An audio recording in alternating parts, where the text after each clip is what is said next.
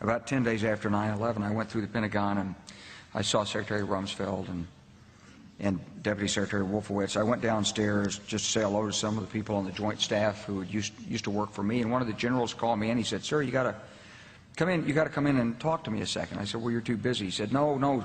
He says, "We've made the decision. We're going to war with Iraq." This was on or about the 20th of September. I said, "We're going to war with Iraq. Why?"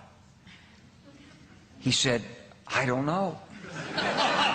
He said, "I guess they don't know what else to do." So I said, "Well, did they find some information connecting Saddam to Al-Qaeda?" He said, No. He says, "There's nothing new that way. They've just made the decision to go to war with Iraq."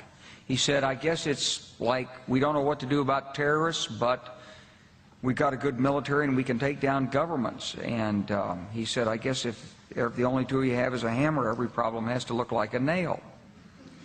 So I came back to see him a few weeks later, and by that time we were bombing in Afghanistan. I said, "Are we still going to war with Iraq?" And he said, "Oh, it's worse than that." He said, he reached over on his desk, he picked up a piece of paper, and he said, I just got this down from upstairs," meaning the Secretary of Defense's office, today, and he said, "This is a memo that describes how we're going to take out 7 countries in 5 years, starting with Iraq and then Syria, Lebanon, Libya, Somalia, Sudan, and finishing off Iran." The truth is about the Middle East is, had there been no oil there, it would be like Africa. Nobody is threatening to intervene in Africa. The problem is the opposite. We keep asking for people to intervene and stop it.